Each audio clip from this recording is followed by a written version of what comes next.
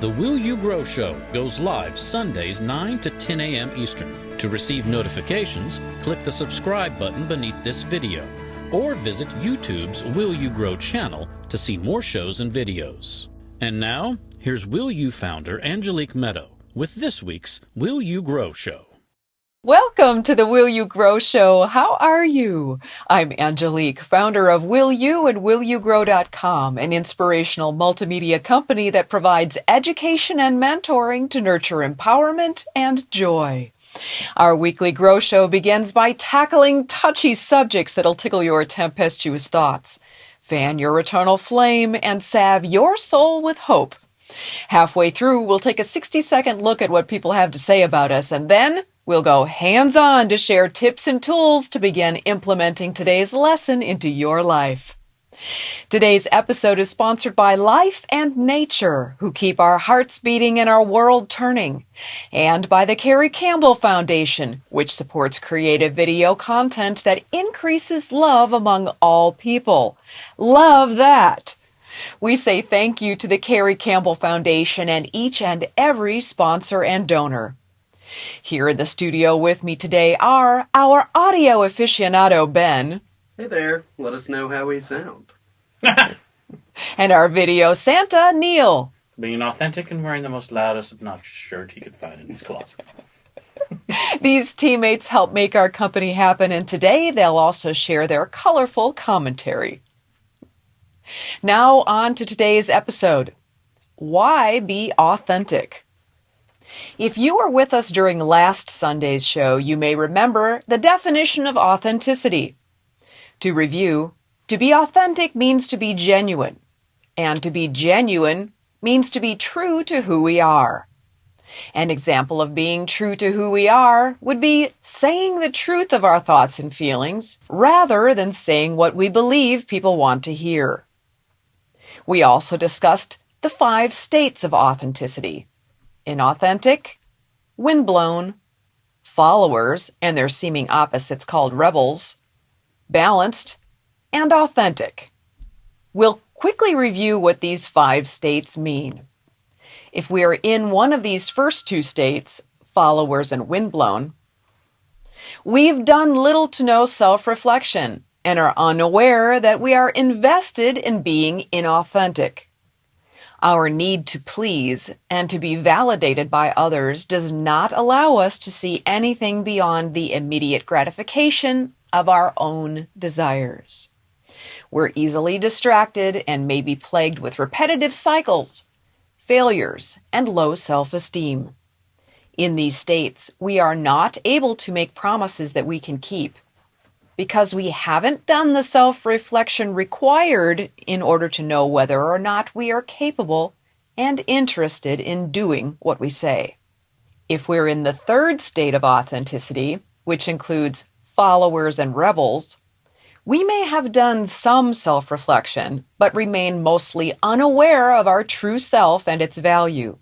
We seek validation from and connection to others by either fitting in, or if we experienced childhood trauma, we may seek to be validated by others by rebelling against and standing out from them. In this state, we mistake togetherness for connection. Here, we see no inherent value in ourselves as an individual except for as we compare to someone else. For example, rebels are rebels because they believe there is an authority to rebel against.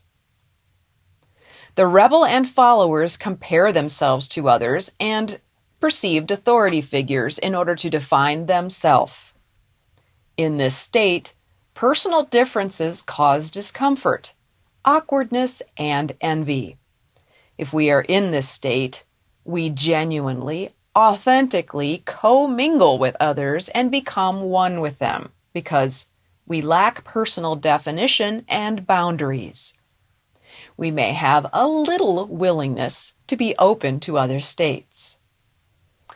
In the 4th balanced state of authenticity, we've done a significant amount of deep inner work and self-reflection, which allows us to make and keep promises. We can often stay focused on whatever task is at hand and follow through. We do not blame life, people, or circumstances for our state of being, how we feel, how we behave, or who we are. We accept full responsibility for ourselves. We deeply value authenticity and are willing to learn about and share our authentic self. In this state, we are not defined by the group and do not compare ourselves to others. Instead, we may compare ourselves to our ideal version of ourselves, which some people call the God within, or God's will for us, or our destiny or calling. In the fifth state of total authenticity, we may experience all states of authenticity, but we do not identify with any of them. Not identifying with them means that we are not at all affected by the wants, needs, and fears of others.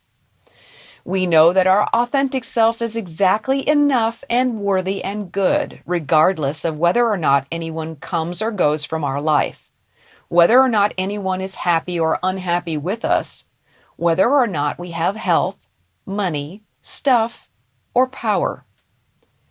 We are sovereign in our authenticity when we're in that fifth state, meaning we are steadily clear and supremely effective regarding authentic reality.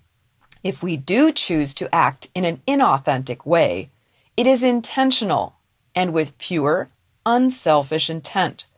For example, if we're on an airplane that's being hijacked, we may act disingenuine by pretending that we are aiding the hijacker, when in fact we intend to take the hijacker's gun and save all the passengers. Okay, now that we've reviewed the meaning and states of authenticity, let's talk about why we would not want to be authentic, then follow that up with why we would want to be authentic. There are many reasons on both sides, but the most well-known reasons fall on the side of why we would not choose to be authentic. As a mentor and coach, I've seen that that's because it's a very common choice. So what does that look like to not choose authenticity? Here's my up-close and personal example. Once upon a time, there was an Angelique who, after having been single for nearly a year and a half, went on 3 dates with a man. The prospects for the relationship were hopeful. After the 3rd date, he asked her to spend time together twice daily, which would have required her to not follow through on her promises to herself and her company's team. At that point, she had a choice: to be inauthentic and back out of her promises, or to be authentic and stand by her promises, which were aligned with her character and trajectory. She chose to be authentic, and they haven't spoken since. For her, it was better to be authentic and know where each of them stood in regards to authenticity now, rather than find out after the veil was lifted. All puns intended. She might be grinning now, but was quite sad at the fact that he wasn't at all amused by her authentic self. But rather than being gloomy, she chooses to look forward to the joy that she will feel when she meets her match, a man who is proud of and not afraid of her authenticity. Sometimes being inauthentic can be disguised as compromise. So, to stop speaking about myself in the third person, that was not the first time that I experienced that scenario. I had previously chosen to be inauthentic and give my mate more of my time and called it compromise. Over time, I found that I was simply enabling his fears of being abandoned and cheated on by compromising, also called giving in and spending more time together. After a while, his requests increased and increased and increased, and I kept compromising, feeling more and more trapped. Eventually, I felt totally drained, and although I loved both of us, I didn't like either of us. To get back on topic as to why we may choose to be inauthentic, Each of us may have our own reasons, and those reasons may sound smart or seemingly solve a problem in the moment, and they may allow us to keep what we have. However, I urge each of us with my heart, soul, and experience, let's not lose sight of our freedom to be who we are, because each time we choose to be inauthentic, we are cinching the tourniquet on our own freedom. So how much is our freedom worth? Do we feel enslaved to being inauthentic so we can keep our stuff and people? It sounds insane when we put it that way, doesn't it? All right, I know it's getting hot in here, so I'm showing my passionate nature, as you can see, and I may have stirred up some tempestuous thoughts in those pretty heads of yours. What do you think, guys? Boom, chicka, boom, chicka, boom, chicka, boom. Stir it up. Ben? Little darling. Beautiful. Stir it up. Little darling. Stir it up. Oh, now we're stirring. Let's go this way. Little darling. Beautiful. Stir it up. This is high quality content. This is good video television YouTube right now, baby. You just don't know. Oh, that's funny. Alrighty, man. Alrighty, man. If you're still on the fence about whether or not authenticity is for you, we're going to give you 11 good reasons to choose to be authentic. Right. 1. Because we owe it to ourselves to find out how awesome we really are. Aren't you curious? 2. Because being inauthentic causes long-term drama, trauma, anxiety, fear, and stress. No stress, man. And medical research estimates that as much as 90% of physical, mental, and emotional illnesses may be caused by stress. 3. Because if we aren't authentically us, who will be? Yeah, man, like the role was created just for you. We're waiting for you to be your authentic self and show up on this stage called life. To reference the movie Ferris Bueller's Day Off, we can only call your name for so long. Bueller, Bueller, Bueller, until we assume that you are choosing to be absent for this lifetime. 4, because beauty, serendipity, and new friends will flock to us. We don't need to be fake to be liked. People, animals, and life in general are energetically attracted to authenticity and joy. Just this week, a hummingbird came an inch from my hand as I was watering my plants and flitted around me, and a cormorant bird swam within a few arms' length of me while I swam in the river.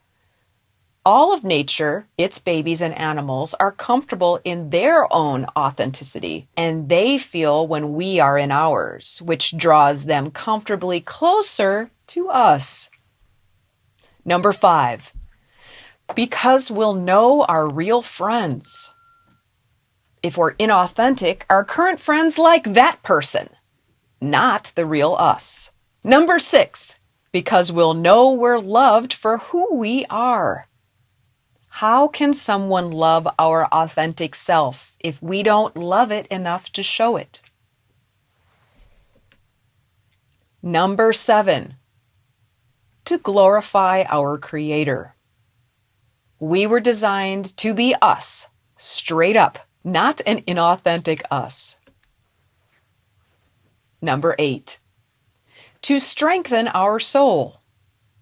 By standing strong in our authenticity, we strengthen our soul. 9, to reduce regret. When we're honoring our truth and best, what's to regret? 10, to no longer be afraid of who we are. Because fear isn't fun.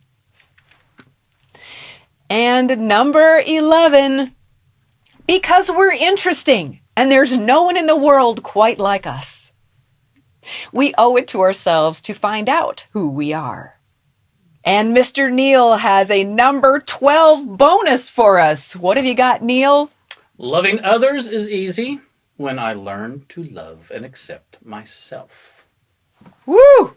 Nice. Boom. All right, I've hammered this point home long enough, and we'll turn it over to you to consider. Will you be more courageously authentic? While you think on it, let's take a quick break to see what people have to say about us. When we come back, we'll hear from the crew and talk tips, tools, and elements from Mother Nature to prepare us to let our authentic self shine. The Will You Grow show will now take 60 seconds to check in with you. If you're wondering how to apply a Grow Show topic to your life, here's what people say about mentoring with Angelique.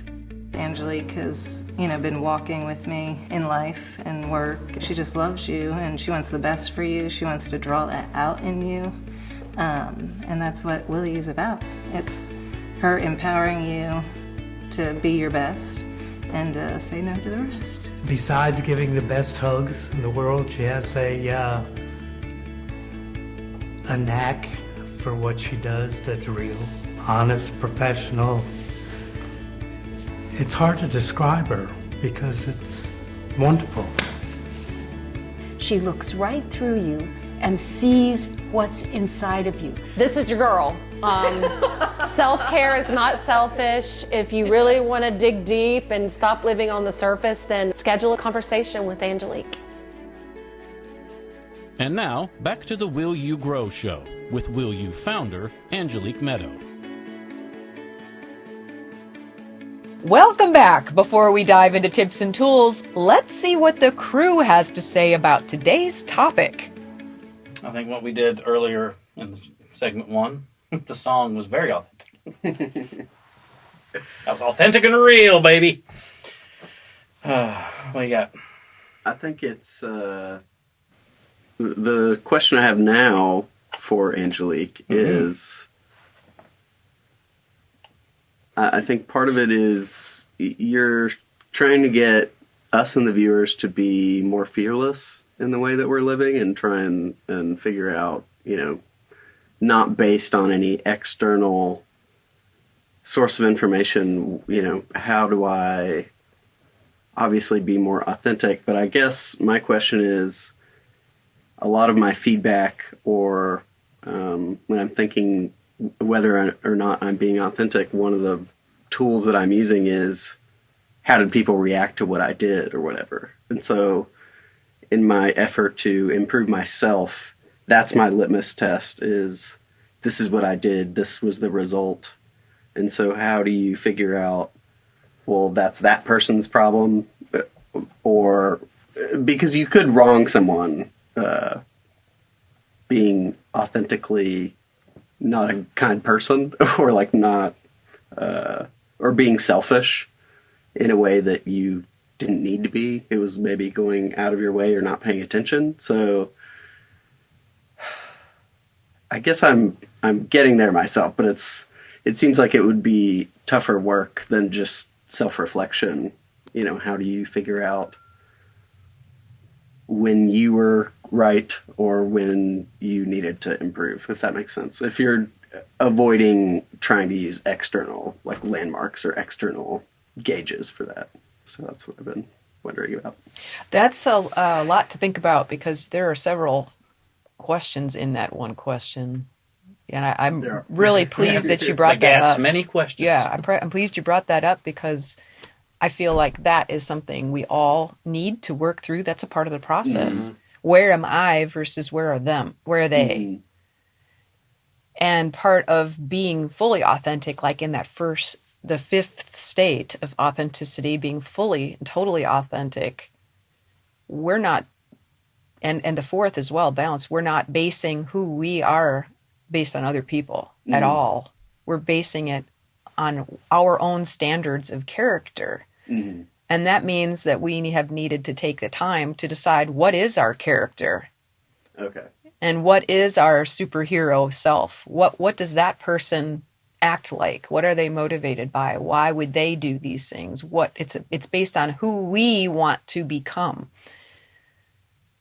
And all of that means that to do that, we need to take the time to really reflect. And self-reflection does not involve reflection on others and what they're thinking and doing. It involves us. And if we believe in a higher power, which I do, we also need to reflect on what are we called to do in this lifetime?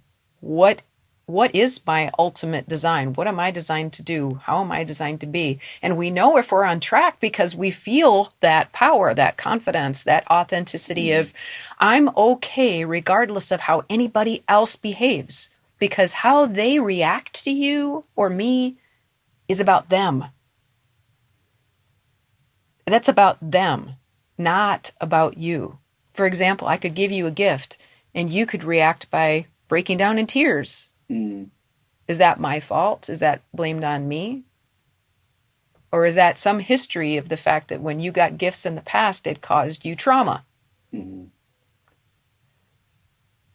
So to assume that I'm responsible for your behavior is actually a bit arrogant. That makes sense. As you can see from this conversation,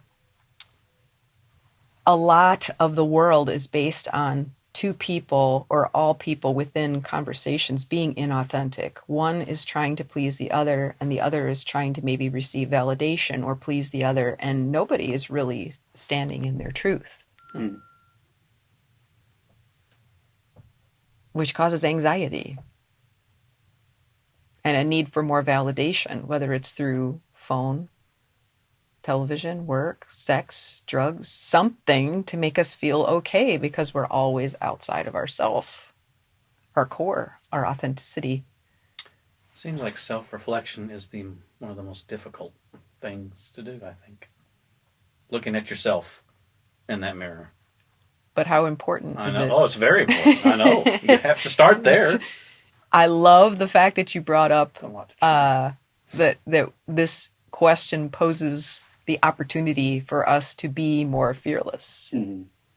Being authentic is a courageous choice.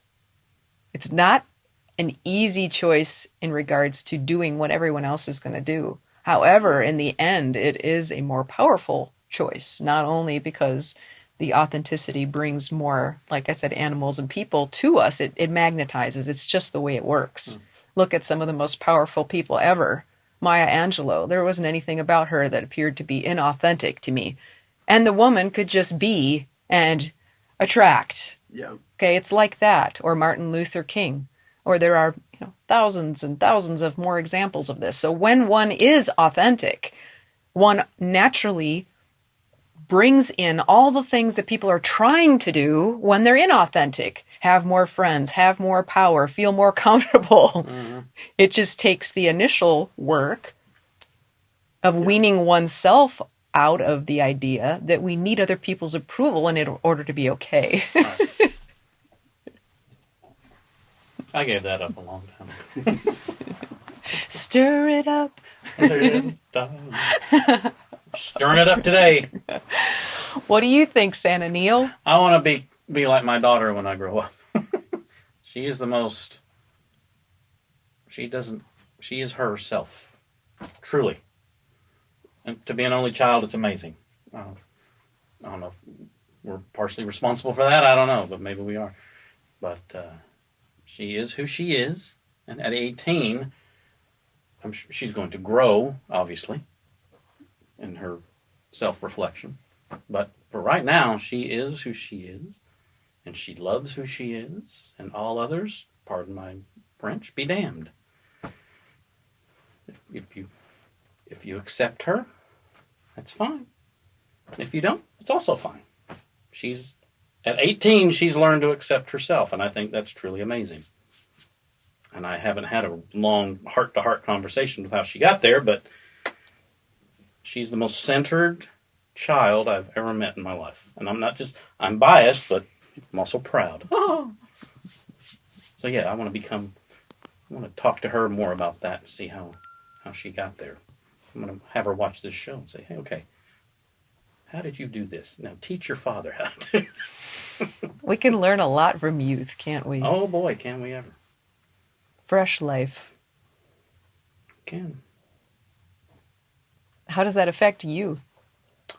How does... Her authenticity affect you? Sometimes we clash. Sometimes it's a little too much for dear old Dad to take, but like I said, maybe I can learn from her example and turn that on myself. I'm older now, but still lots to learn and lots to work on. So it's pretty awesome. See, there, it just goes to show one authentic person affects everybody in their realm and calls them back to learning about their authenticity as well. It calls them to be courageous because they are courageous. Yes, indeed. Sweet. All right, and now it's metaphysical tool time. There are many healing stones that can assist in actualizing our authenticity, but before we make the choice to be more authentic, we need confidence that this will work. The medicinal stone I selected for today is the Spirit Quartz. I made this selection because the Spirit Quartz focuses on dissolving our self-imposed limitations. I encourage you to research the type of crystal healing that best suits the area of life where you may want to become more authentic and find the best stone for your needs. Now I think Ben has some fun facts for us about the Spirit Quartz. What have you got for us, Ben? The following information is from angelgrotto.com. If we have feelings of worthlessness, lack of self-belief, or suffer from low self-esteem, Spirit Quartz can help. True confidence comes from within. It's knowing the value we bring to others without arrogance, conceit, or self-delusion. Most importantly, confidence is the key ingredient for reaching our goals and fulfilling our truest potential.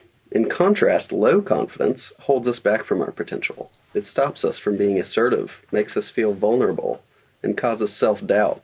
The Spirit Quartz imbues inner confidence by bringing balance to the crown, solar plexus, and sacral chakras, helping us feel valued and developing a strong sense of self. Spirit Quartz comes in the colors of lilac, smoke, and citrine, and originate in South Africa.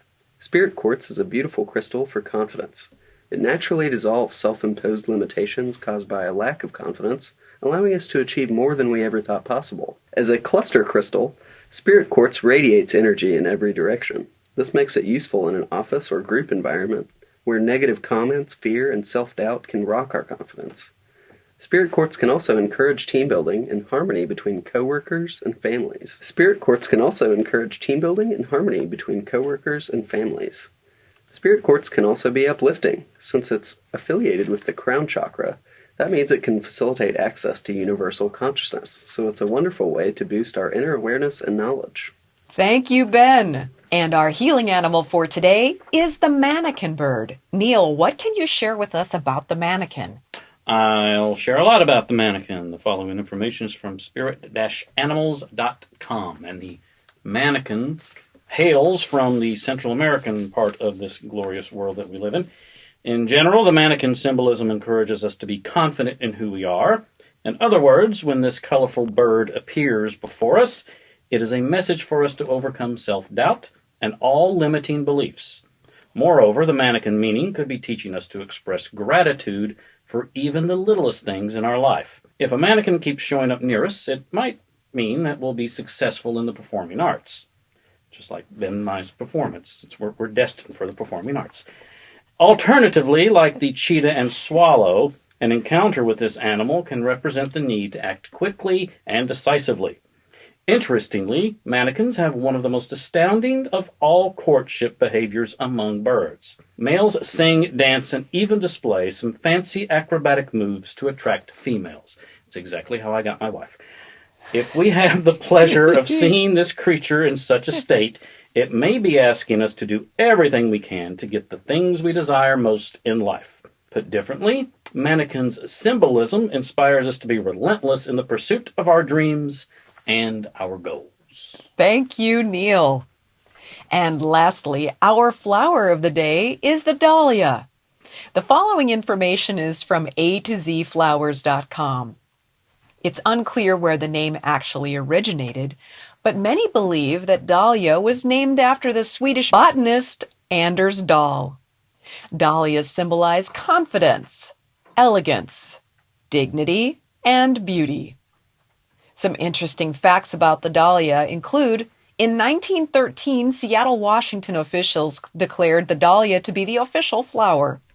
Its volunteer park dahlia garden displays some of the most fantastic dahlias in the world during their full bloom in August. Dahlia has also been the official flower of San Francisco since 1926. In 1963, the dahlia became the national flower of Mexico. The Aztec Indians were very familiar with its cultivation. When the conquistadors conquered the Aztecs in 16th century, they took various plants, including the tree dahlia, back to Spain. The dahlias soon spread across Europe, where they got their name. During the 19th century, the popularity of dahlias increased, and they became one of the most popular garden flowers in the world. Dahlia has been used in medicine since ancient times. Prior to the discovery of insulin, diabetics in the 20th century who lived in America and Europe were given a substance called Atlantic starch, or diabetic sugar, which derived from the inulin obtained in the dahlia tubers. And it's written that during the era of the Aztecs, dahlia was used to treat epilepsy. The plant is and has also been used to make colorful dyes. So, to sum things up, if you're considering becoming more authentic, consider your answer to the following question this week. Have I got anything to lose by being more authentic? And if so, is it worth keeping? You might also wear or carry a spirit quartz, meditate on the mannequin, and purchase some dahlias to plant in your yard to remind you that your authentic self is beautiful, confident, and meant to be shared. So what say ye? Share your comments and your thoughts and feelings down in the comment section below so we may learn and grow together. As always, we thank you for watching and sharing time together with us. If you liked today's show, we'd be honored if you'd hit the subscribe button and the bell to receive all new videos. Hit the like button to let us know that you like what we're doing, and hit the share button to share this message with people you care about. We ask for this because each time you share or like our video, it becomes more visible via YouTube, which allows more new people to find and watch the video and receive inspiration and tools for their healing. Your likes, your shares support healing. That's what we're all about. If you'd like to see more of our videos, click the green Will You circle below and then scroll down. And if you'd like to mentor with me, schedule your complimentary conversation by clicking the link in the description box or go to willyougrow.com to learn more. And I'll look forward to speaking with you soon. And for now, we bid you adieu. Take excellent care of your very authentic self. And we look forward to seeing you next week when we'll talk about everyday ways to be more authentic. Always with love I send to you, from Angelique.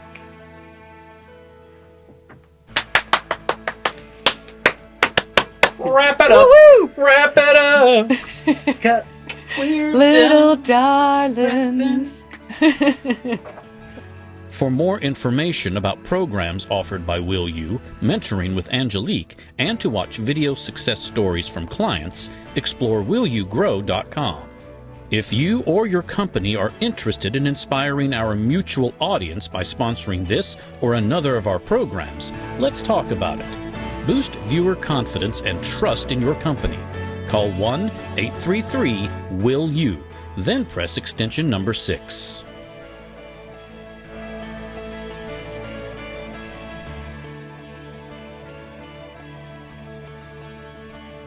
Make sure to click the subscribe button to get reminders before upcoming shows.